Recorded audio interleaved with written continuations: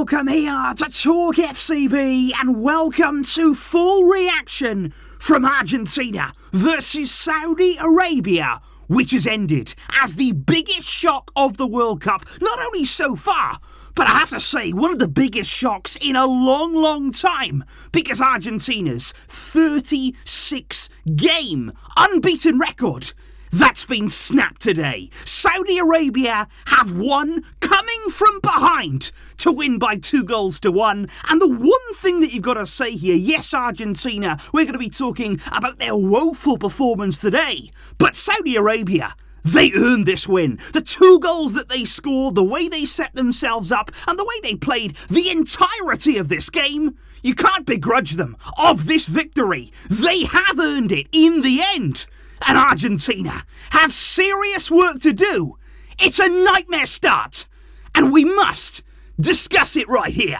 Let's get to it. Because Lionel Scaloni did indeed line up as follows there, with Emi Martinez in goal, Tagliafico and Molina along the back line, with Romero fit enough to start. But my question would be, was he fit enough though? Because throughout this performance here, at times he seemed a little bit off the pace, not quite up with the sharpness that Argentina needed from him in this game, and he was then later subbed off. I think the midfield really didn't work out in this game for Argentina. They definitely missed the influence of Lo Celso, who of course missed the tournament with injury. Di Maria and Papu Gomez was out wide, and Lautaro Martinez and Lionel Messi leading the line. And at first, things looked okay, because within 2 minutes of the game, Argentina came out of the blocks quickly enough. Lionel Messi there was not far away from scoring at all. Lautaro Martinez holding up the ball and Messi arriving onto it. But already we saw there a brilliant save from the Saudi Arabia goalkeeper. Really good stop down low. Messi denied from that effort.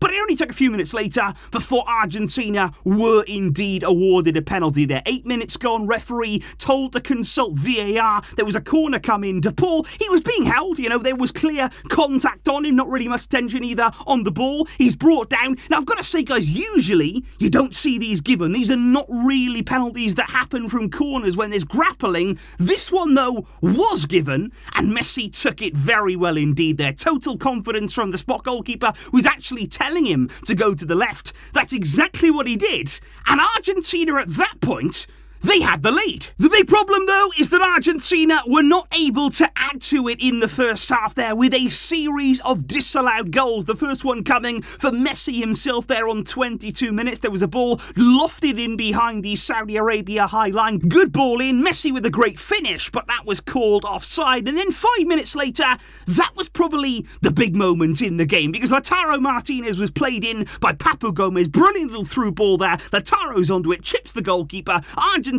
think that it's 2-0, but that goal as well ruled out for offside. And as you can see here on the replay, VAR say that it was given offside because of the arm of Lautaro Martinez. Now, of course, there's lots of handball rules. We've all heard about the shirt line, and anything above that, can be used to score a goal, etc., etc. But what I would actually say about this one is the left back here not deeper in the field? Is he not actually the one who would be playing Lautaro Martinez on from that position? So that was certainly a big call there made against Argentina. Could have been 2-0, but it was chalked off for offside, and then Lautaro had another one disallowed, but that one was much more clear there. Argentina were looking to exploit the high line from Saudi Arabia, but ultimately, guys, they couldn't do it. Many times there was space in behind, there was opportunities to go in there, but they couldn't time the pass. They didn't have the run at the right time either. And also then what that did from Saudi Arabia, pushing up and really squeezing the pitch,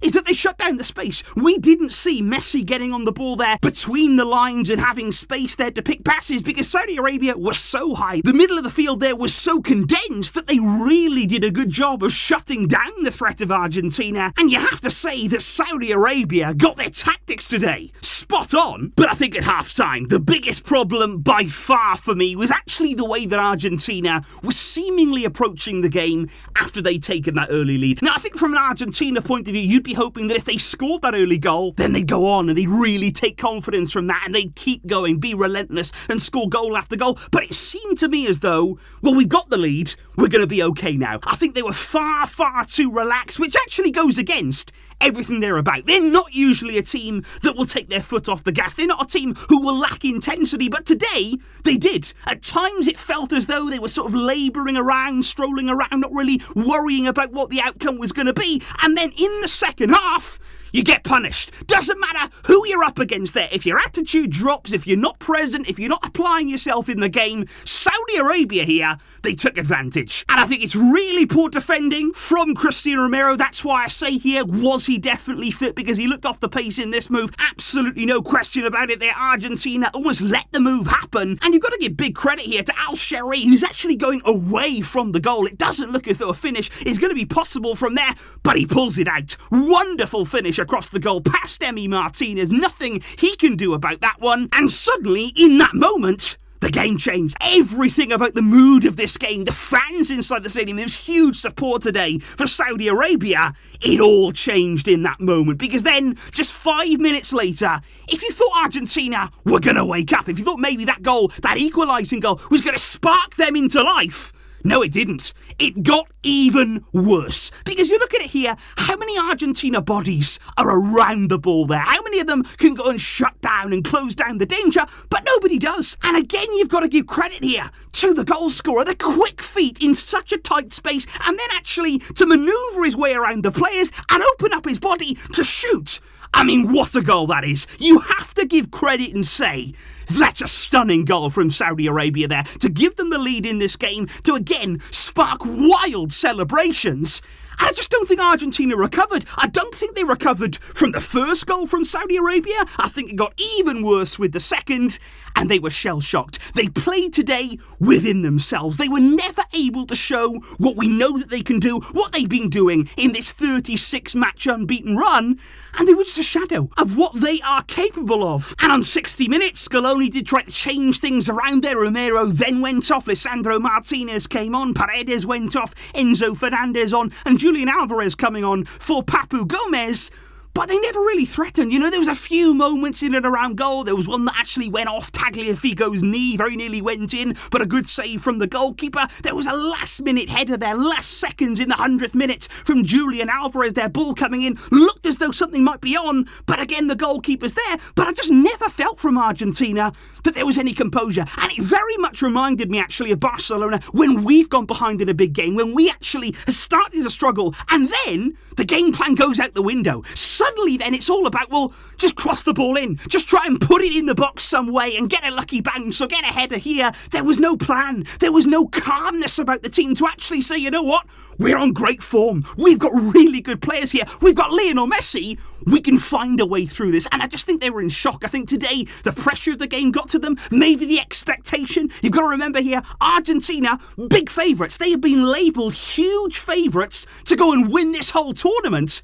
And today, they simply fell flat when it mattered.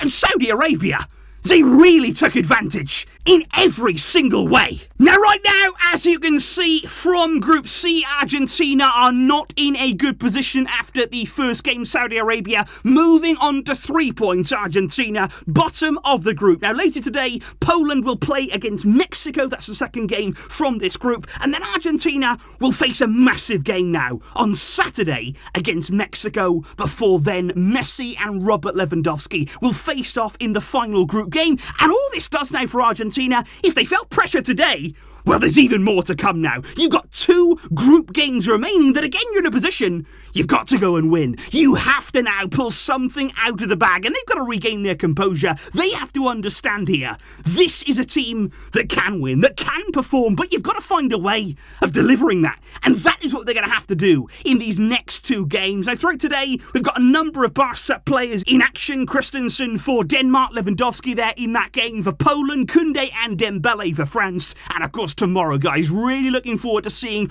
all of our Barca players involved for the Spanish national team. They're going to be playing against Costa Rica, and I'm really excited to bring you that one on the channel. Today, for Messi and Argentina, it's disappointment. It's shock. It really is that they've lost this game, but there is still time on their side. Spain, let's not forget, lost their first World Cup game in 2010 against Switzerland. That, at the time, was a big shock, but they found a way to respond. Will Argentina? Will they find a way back? Let me know your thoughts in the comments down below, guys. If you watched the game, I'm sure that you did. What did you make of that out there today? And what are you expecting now from Argentina in their final 2 group games? I will see you soon with more content on the way, of course. Thank you indeed for joining me and for all of your support. But until next time, as always, it's the World Cup.